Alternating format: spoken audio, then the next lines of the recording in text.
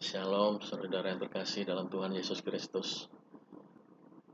Pada pagi hari yang indah ini kembali kita bertemu di channel Robert W.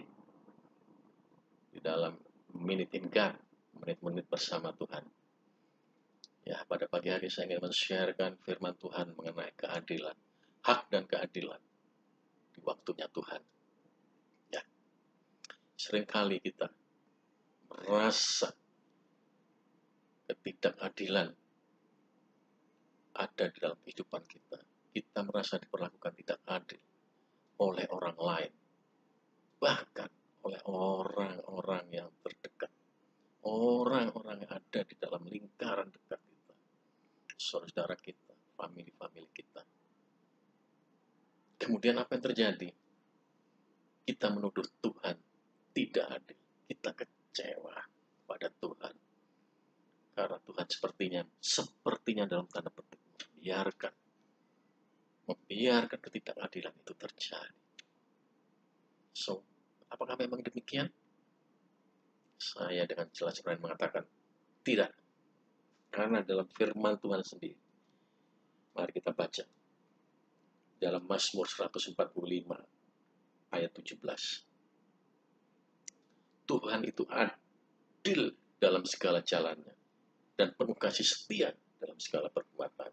Jadi segala jalan Tuhan itu adalah adil dan kebenaran. Sehingga walaupun saat ini ketidakadilan kita terima, itu kan berarti adalah jalannya Tuhan. Tetapi itu adalah jalan yang kita harus hadapi. Masalah yang kita harus hadapi. Dan Tuhan tidak akan pernah membiarkan itu.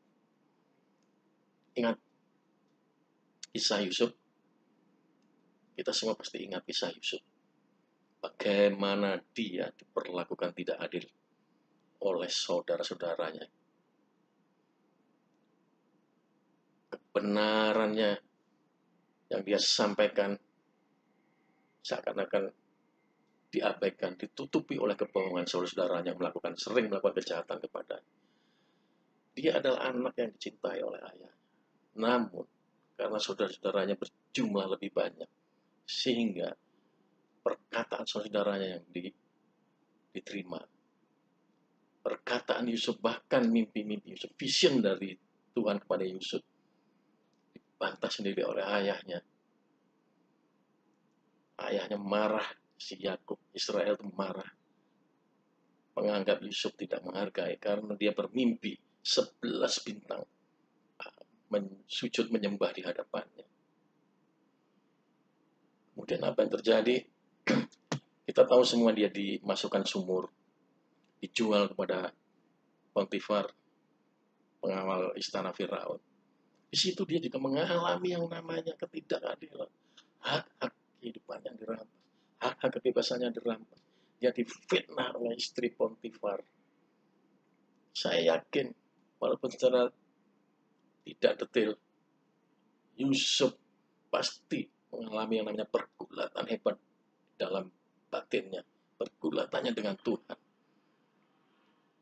Dia akan bertanya secara manusia normal, dia akan bertanya, why, mengapa Tuhan ini bisa terjadi? Saya sudah ada dalam jalan yang benar, tetapi justru ketidakadilan yang dia terima, ketidakadilan yang aku terima, justru keadaan yang buruk yang aku dapatkan.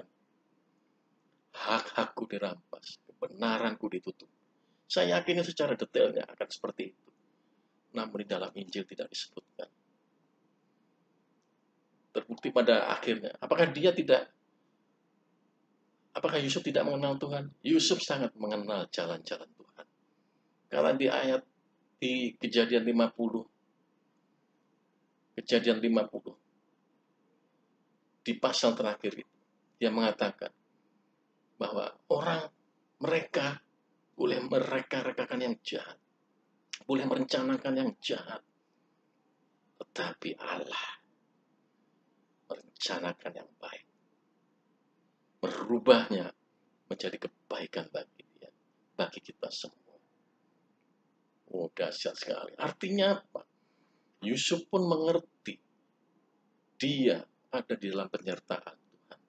Namun ketika ketidakadilan itu terjadi dalam hidup, ketika kebenarannya itu ditutupi, difitnah oleh kebohongan-kebohongan orang lain, dia akan jalani proses.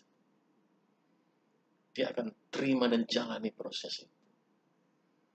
Begitupun kita saat ini, bila kita mengalami hal yang demikian, bersabarlah, bersabarlah saudara yang terkasih dalam Tuhan Yesus Kristus. Tuhan punya waktu, hanya kita lakukan adalah bersabar. Karena apa? Tuhan itu mencintai hukum. Dan Tuhan itu pasti akan menegakkan keadilan. Saya akan bagikan satu firman Tuhan lagi yang jelas. Mazmur 103 ayat 6. Tuhan menjalankan keadilan dan hukum bagi segala orang yang diperas. Tuhan pasti akan menjalankan yang namanya keadilan dengan cara. Dunia boleh melakukan ketidakadilan pada kita, tetapi Tuhan akan menjalankan keadilannya dengan caranya. Oh, haleluya. Orang yang diperas, orang yang direbut haknya, Tuhan tidak tutup mata. Tuhan akan melakukan keadilan, saudara yang terkasih dalam Tuhan Yesus Kristus. Jadi bersabarlah menantikan waktu dari Tuhan. Seperti Yusuf bersabar menantikan waktu yang tepat dari Tuhan. Sehingga dia bisa membalikkan keadaan. Keadilan yang dari Tuhan itu dia nyatakan. Haleluya, haleluya. Satu firman lagi penutup, agar kita tetap bersabar menanti waktunya Tuhan. Saya akan bacakan di Mazmur 37 ayat 5 dan 6. Ya. Ia akan memunculkan kebenaranmu seperti siang dan hakmu seperti.